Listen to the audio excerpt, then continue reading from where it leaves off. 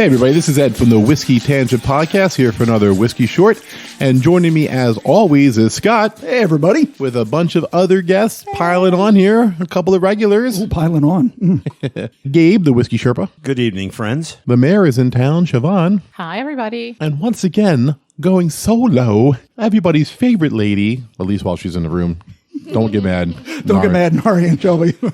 It's Dre. Yay! Hi. Hi everyone. What's going on? Hi. Hey. Wow. Like the nomad life now. Yeah. Yep. Once again, all Dre t-shirts and hats and merchandise are booming this month in anticipation of your on-air appearance. Oh, yeah. Yep, everything yeah. triples. Oh, yeah. We're all sold out, right, Siobhan? Oh, we're waiting to get them in Back from in stock. Panama, but it's going to take a while, guys. Oh, wow. I think the most popular is the Dre OK one with the whiskey glass. everything's Dre OK. Wow. I really like that. We should actually do that. Great For tagline. 200, you get a cutout. Right. All right, so Scott, tell us what's going on. So, we talked about Jameson and their long distilling history way back in episode 6, but more recently they've been coming out with a lot of interesting and perhaps not so interesting expressions like their Black Barrel. Where Love it. I love the Black Barrel. Do you? They extra char that. That's why it's called Black Barrel. The Caskmates line, finished in stout and IPA barrels. I think I've had the stout. Didn't we have one of them on the last beer episode? I thought we pre-gamed with that. I think we did at the stout, maybe. A high-end 18-year expression, which will run you at least $150. I had it last week. Yeah, how was it? It was delicious. Yeah. It really is delicious. Oh, awesome. And even an orange-flavored version. I haven't had that. Yeah. I'm terrified. Yeah. I'm I did terrified of see that. that. That has piqued my interest for, it was mean, like $35 maybe? Yeah, it's not I expensive. mean, maybe we should have had that on this episode too. Maybe. We had pre-planned it, but pause. We're at a liquor store. Be back in 12 minutes. Yeah, we'll be right back. But today, seeing as the most imbibed beverage here at the podcast, aside from water and whiskey, is coffee, we're going to try out their coffee-flavored Irish whiskey that they call Jameson Cold Brew. Whiskey Short. All right, so I have one paragraph of description from their website, and then we can just go right into the tasting. Coffee and Irish whiskey are no strangers, but at Jameson, we couldn't help but wonder if there was more to their story. So we found a fresh new angle into a classic partnership with Jameson Cold Brew, which combines smooth taste of triple distilled Jameson and the richness of natural cold brew coffee flavor into one bottle. This is a perfectly balanced combination of our smooth Irish whiskey with hints of toasted oak, dark chocolate, and a rich coffee aroma. Made with Arabica beans from Brazil and Colombia, with no added sugar. It's best served chilled over ice or in a cocktail among friends. And now we will taste it. Ooh, great nose. It does smell good. It does. Coffee is definitely strong. I'm getting I that. mean, the nose is all coffee to me, right? Yes. Right, but there's something else there too. There's this underlying sweetness Yeah, it's just that a I hint. can't put my nose on. I could sip this all day. Did you take a sip already? Yes, I did. She's just diving right in. I'm going in. The ladies are known for many things, but their patience is not one of them. It tends to be like some kind of a burnt orange rind. Oh, in you're the tasting a nose. little citrus, really. Maybe. On the bottle, it says notes of toasted oak and dark chocolate. Right. I definitely get the dark chocolate. Yeah. yeah. Oh, yeah. Some of that really dark, the high percentage bitter chocolate bar stuff that you're not quite sure you like. Tastes like a dark coffee. Oh, Yeah. yeah. That chocolate comes in real late, Yeah. but it's there. Yeah, like a dry baker's chocolate. Right. There it is. Yeah. I could just add this to my oat milk and call it a morning. Right, because it's not sweet. No. Like I was expecting sweet. I'm getting sweet. Yeah. You guys aren't getting sweet? Oh, yeah, Well, but not sugary sweet. Like some liqueurs actually are sugary sweet, like Frangelica. Yeah, but not this. There's a sweetness to it. Yes. Yeah. But I was expecting like an overwhelming I was expecting, syrupy. I think I was expecting just more of a coffee. I didn't think there would be like that alcohol-y sweetness. Yeah, yeah. And that's got to be the barley sweetness of the whiskey is coming through there. Yeah. I mean, to pile on what you just said, it's that initial cup of coffee without creamer, just a touch of sugar. When you first get in the morning and you're trying to get your balance right, it's just a little touch of sweet, but it's not overly creamy. It's just black sweet. Like Siobhan said, it certainly isn't black coffee. There's sweetness to it. I can see what she meant by that. It's almost like the last sip of your coffee, if you had it black, with a little bit of leftover sugar, you know what I mean? Yeah. And it's almost masking the whiskey. Oh, yeah, definitely. Whiskey is definitely an undertone on this. Because this is only 60 proof. Yeah. It's only 30% alcohol. So you can drink half a bottle a night. Yeah, I mean, yeah, you can definitely sip this for a The long whole time. bottle's done. I just drank it. I drank like a Yoo-hoo. You ever drink a Yoo-hoo? Oh my God. Like you crack a Yoo-hoo outside of 7-Eleven and just walk right to the trash can and throw it out. Like it lasts 7 steps. I was actually thinking this would taste perfect in a cup of coffee. Oh yeah. Like add nothing to it, just pour it straight in. Well, you're in luck. I was going to say, if only we had some coffee around. Are we going to do that? We are going to make a traditional Irish coffee. Oh, very interesting. Nice. Yeah. We're going to use this instead of the just whiskey, or are we doing both? Yes, we're going to use this instead of just whiskey. Okay, yeah. perfect. I'm doing both. Because you're an alcoholic. After I create it, you can pour whatever else you want into it. Functioning alcohol. Indeed. I do taste like a lot of nutty flavors to this. This also tastes to me like if you've ever had an espresso bean with a chocolate covered espresso bean and chewed that. Yes. That's kind of what this tastes like. This would go great with a cafe mocha. I'm really impressed with this. I was expecting like absolute just sugar bomb, but it's actually really complex. It's got a nice, very nice blend to it. So let's do it. Let's pause and have a coffee. You want to do it? I use coffee anyway. There's tasting notes. Please give us the tasting notes. From our friend the Whiskey Jug, actually. Oh, haven't seen him for a while. Yeah. He actually loved it. He loved this too. So on the nose, he has nutty, coffee, fruity, and a touch malty and coppery. Yeah, I don't know what coppery is. I wouldn't have gone coppery, but maybe I was just being lazy tonight. Yeah, that's It's like licking one. the top of a battery. Maybe he bit his lip before. Yeah, right. It's got a little blood mixed in there. He said it smells like it is coffee mixed with Jameson, and that's awesome. On the palate, coffee, nuts, fruit, malt, whiskey spice, and a touch of copper. Again, with the copper. It's got to stop licking batteries. Jameson cold brew tastes like you would hope it does, and I'm loving it. Finish, long with heavy notes of coffee, fruit, and nuts. That's exactly what it fucking is. And redundancy. And redundancy. I mean, is the aftertaste what I'm tasting coppery? Is that supposed to be it? Like a second after you swallow, is that coppery? I could see that. I guess coppery is sometimes a Irish whiskey tasting note, Right. Because especially if it's done in the copper pot still. Right. Traditionally Now, done. if it was a Madagascarian mined copper, then it would be a barrel tasting note. Yes, it would be. But we're not going there, are we? It's a Zimbabwe copper mine taste. Well, you know what? I will say that sometimes copper isn't necessarily like a taste, but it's a feeling that you get within your mouth. Yeah, like a tingle. Yes. Right. So that's what I was thinking more Okay. of, because I do get that, like a numbing kind of tingly And it is a feeling. little drying, like Yeah, at the very yeah. end too. Not unpleasant, but like No. it dries. Yeah, I agree with everybody. Wow, it's a love fest. Who is this? Wow. Yeah. I do. So great. Dre, are you a big coffee drinker? Yes. Are you? Okay, good. Because I know Gabe and Siobhan and Ed and I are. Yeah. Yeah. So it's like good that. that you're here loving coffee with us.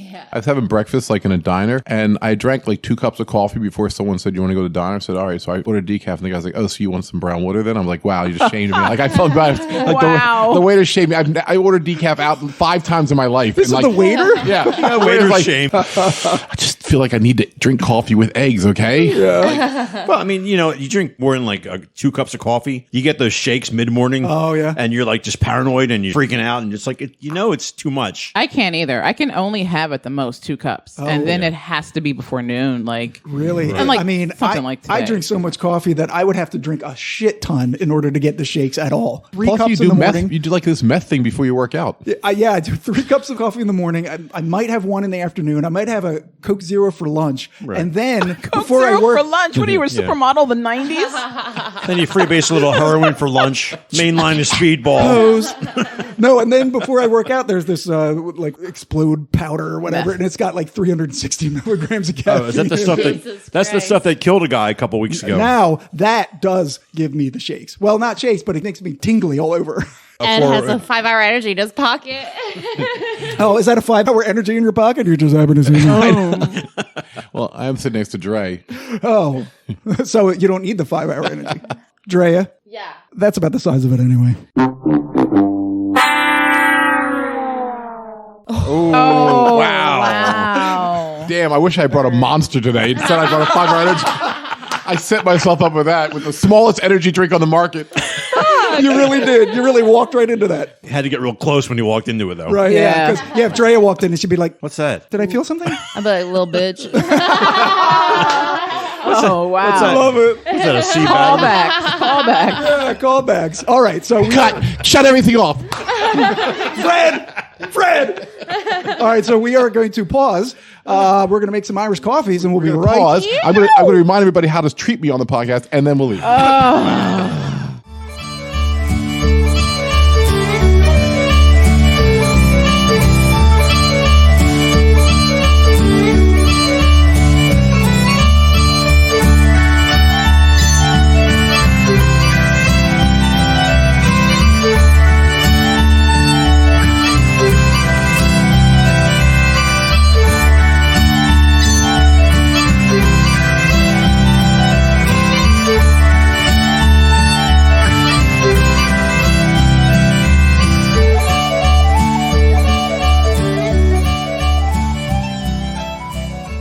All right, so we're back, and we have some delicious-looking Irish coffees. Scott has hand-whipped the cream into submission, and it looks amazing. And we're going to see how the Irish coffee with the JMO cold brew holds up in an Irish coffee. Yeah, so this was 2.5 ounces of hot coffee. I used Starbucks Veranda. Well, 1.5 ounces of the Jameson cold brew, 2 teaspoons of brown sugar, and whipped some heavy cream. Top that off with a little shavings of chocolate and some coffee beans. It looks sexy. it does. Sexy chocolate. Yeah. Oh, it smells good. It smells like fresh made It's brownies very coming out rich. of the oven. Wow, it's delicious. Yeah, it's very good. This is definitely like a Christmas. Oh, wow. Very tasty. You can eat these coffee beans? I mean, they're coffee beans. Go ahead. They'll be a little bitter.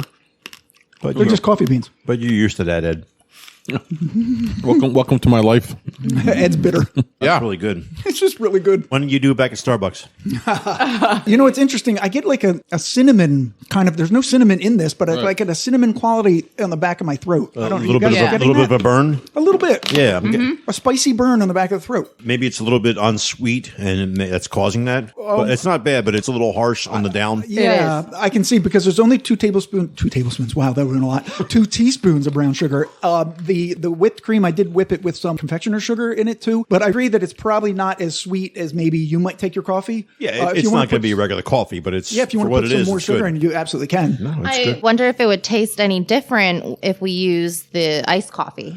Yeah, they had a recipe for just a cold brew, sort of a coffee martini kind of drink that did use cold brew coffee with the cold brew Jameson. I don't know if there was anything else in it, but it was like a cocktail. Whereas this is more of the traditional Irish coffee. Did that have the same it. whipped Okay. cream too, or was there? No, you shook it up, so it ended up being creamy because you shook it. Okay. Because it would get like a little layer of foam on top of it. A cold foam. Yeah, a cold foam. Yeah, I was going to say, So if good. there's a cold version of this, you can use many different things for the topper. Soft serve, ice cream. Oh yeah, I thought about doing a whole bunch of things. Like they have a bunch of recipes on their website, and I settled on this one because of the Irish coffee. There's a story about the Irish coffee if you want to hear it. Sure. But go ahead.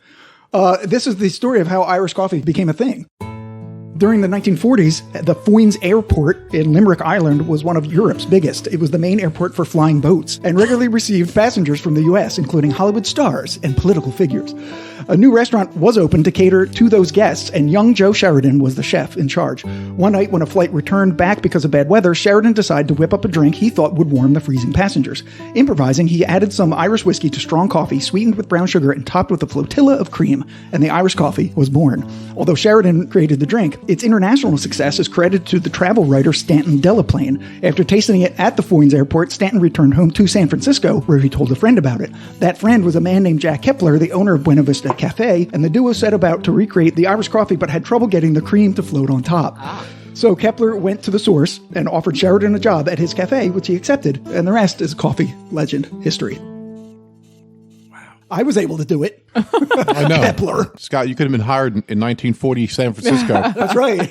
Go back in time, and I'm going west, young man. Yay. Imagine if we can go back in time, how much we would just. Oh, yeah. Knowledge of the future. In the 40s, they'd be like, hey, like, you might want to take a second look at Pearl Harbor, everybody. Yeah. Maybe fortify that. Yeah, get up at 6 that day, not 7. Yeah, really. Or also buy Apple in 1974. It's amazing. I've picked the right Super Bowl winner every single year. Wow, how did that happen? Wow, you're a genius. Nice going, Biff. Yeah. Make like a tree and get out of here. It's got to be like the best Biff line from Biff. Back to the Future. Hey, get your damn hands off her, Biff. I always want to say, you filthy ape You from like. damn dirty ape. Now we're just retrofitting movies. But every time I heard him take your damn hands off, that's what I Yeah. always thought of Yeah. when he said it. Well, we right? went back in time and we changed it. Right. Oh, wow. Yeah. It all works. Yeah. I actually just think of Raising Arizona. He says, get your goddamn hands off my wife. I love the son. You got a panty on your head. That's my favorite line in that one. It's one of my favorite underground movies from back in the day, Raising Arizona. It's got so many like moments. Yeah, It's, correct. it's when he's running from the one guy in the supermarket and then the manager shoots a shotgun at him. He looks so disappointed. He and, does. and pointed at the manager like, really, dude? Like, don't you see what I'm going through right now? Right. John Goodman and the guy that left the baby on the hood and they're screaming as they go back to get it. Yeah. You don't ever leave a man behind. baby's just sitting in the middle of the yellow line. just playing with his feet. Yeah, I know, we're gonna just we're done. Let's go watch the movie real quick. We're gonna go watch Raising All right, Arizona. we're going to watch Raising Arizona and have some more Irish coffee. Yeah, This is fucking we're gonna delicious. make another one of these. And so, hey, if you're looking for something different and something that you can have some fun playing with. Oh, wait a minute. Wow. Hello. Drinking, in the drinking sense, go get the Jameson cold brew. It's a lot of fun. It really is. Honestly, thumbs up for everybody, right? Like, Who doesn't love Raising Arizona? very cold? good. I mean, come on. Jay's too busy drinking. She has nothing to say. It's not your morning coffee, but it's worth making. It's really good. Pinky's up. Pinky's There up. you go. Oh, Pinky's pinky's up. Pinky's up. She feels it's a sophisticated drink. All right. That's it then. All right, everybody. Cheers. We're going to watch a movie. Cheers.